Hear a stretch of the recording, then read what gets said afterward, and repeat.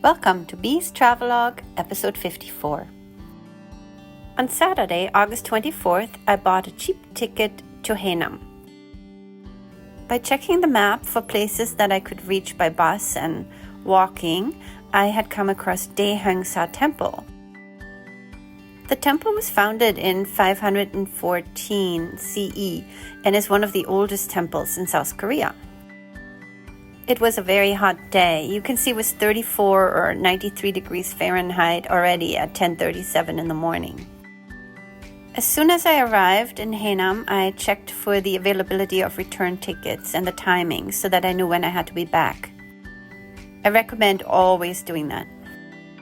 When the local bus dropped me off, I wasn't sure exactly which direction to walk to get to the temple, but I asked the bus driver and he pointed me in the right direction. It was actually a walk through the forest on these matted walkways again. There was construction happening in the distance, so I could hear a chainsaw. And then eventually, after a lot of walking past beautiful rivers and people playing in the water, I came to a parking lot. People arriving by car would get this far, so they didn't have to do that forest walk that I had to do. And then from here, they all had to walk to get to the temple. I saw these orange lilies next to the walkway, and then suddenly I realized that there were huge black butterflies flying around them, at least 2.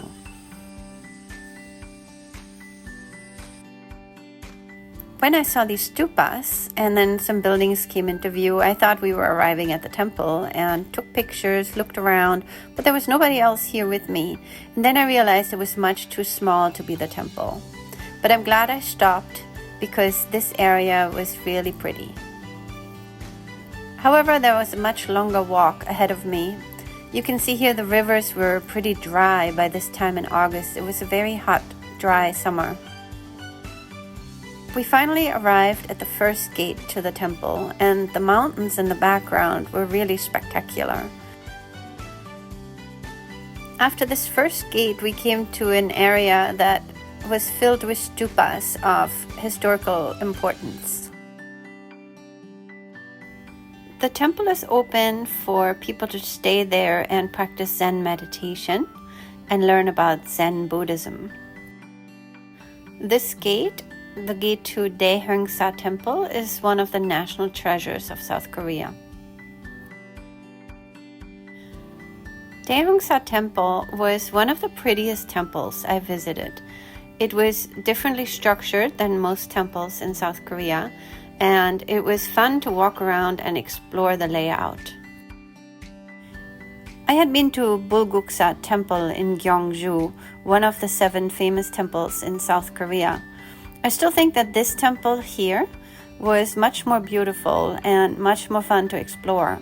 So please check out episode 42 and see for yourself if you think Bulguksa or Daeheungsa Temple is worth your time.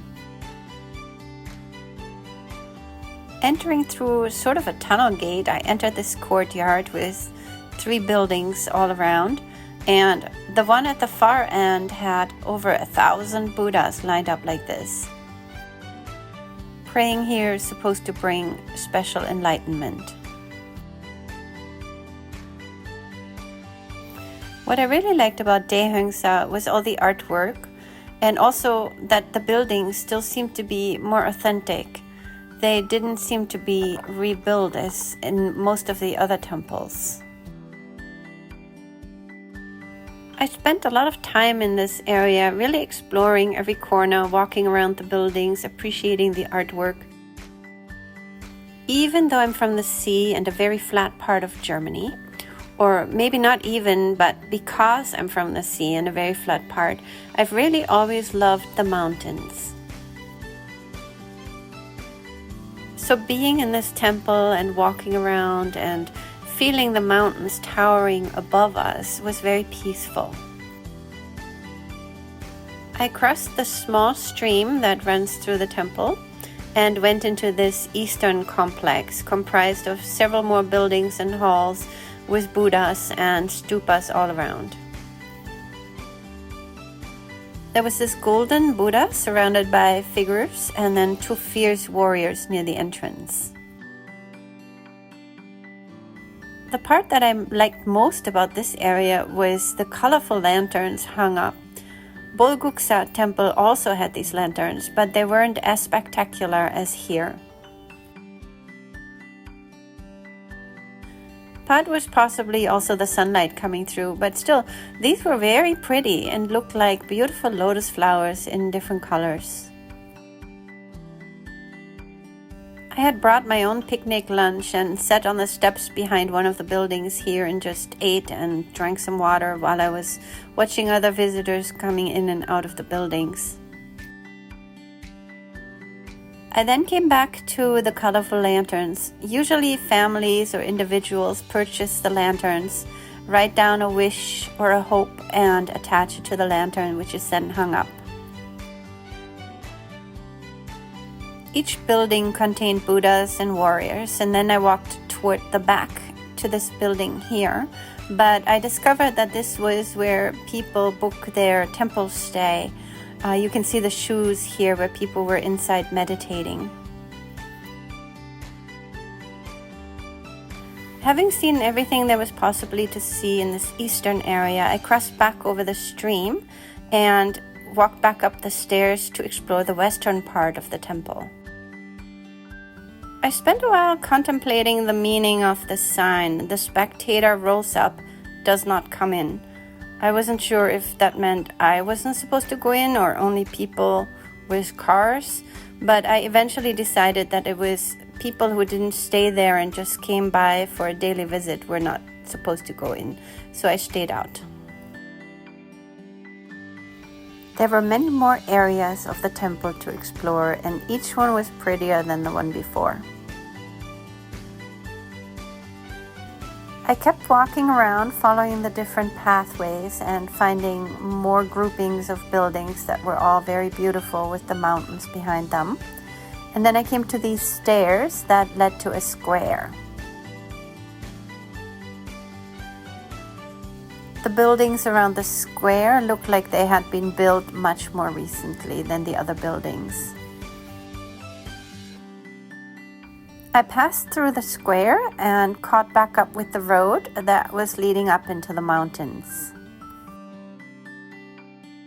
There was another smaller compound with a sign in front, which confirmed my suspicion that people from the outside were not supposed to enter, in this case because there was penance going on. After all the remarkable and interesting areas of the temple, when I came to the southwestern part, I thought it was the most beautiful of them all, not just because of the buildings and the mountain backdrop, but because of the pink trees that complemented them. In this area, I also found the statue of Daeheungsa, a famous monk who lived at this temple from the 1500s to the 1600s. When the Japanese invaded in the late 1500s, Daeheungsa organized a monk militia. He organized thousands of monks across the country to fight guerrilla warfare against the Japanese, and after the war went to Japan to negotiate the release of thousands of Korean prisoners. After I had seen the statue, I had pretty much completed my exploration of the temple and headed back to the forest path to return to the bus. I stopped one last time to see the big bell and also to read the sign about Korea's mountain temples. I left the following bad picture because it provides such a good overview of the layout of the temple. I headed back through the gate, past the many stupas, through the forest, past the parking lot until I got to the bus stop. The local bus is a direct line between the bus terminal and the temple. It was around 4 o'clock, I think, when I took the bus back from Haenam to Namak. I went past all these beautiful rice fields, saw the huge mountains of the national park in the distance, There was K-drama being played on the bus. During my hike, I had seen a map that showed a cable car going up to one of the mountains in Haenam. It was too late for me to go that day, but I determined to come back. Please join me. Thank you for watching.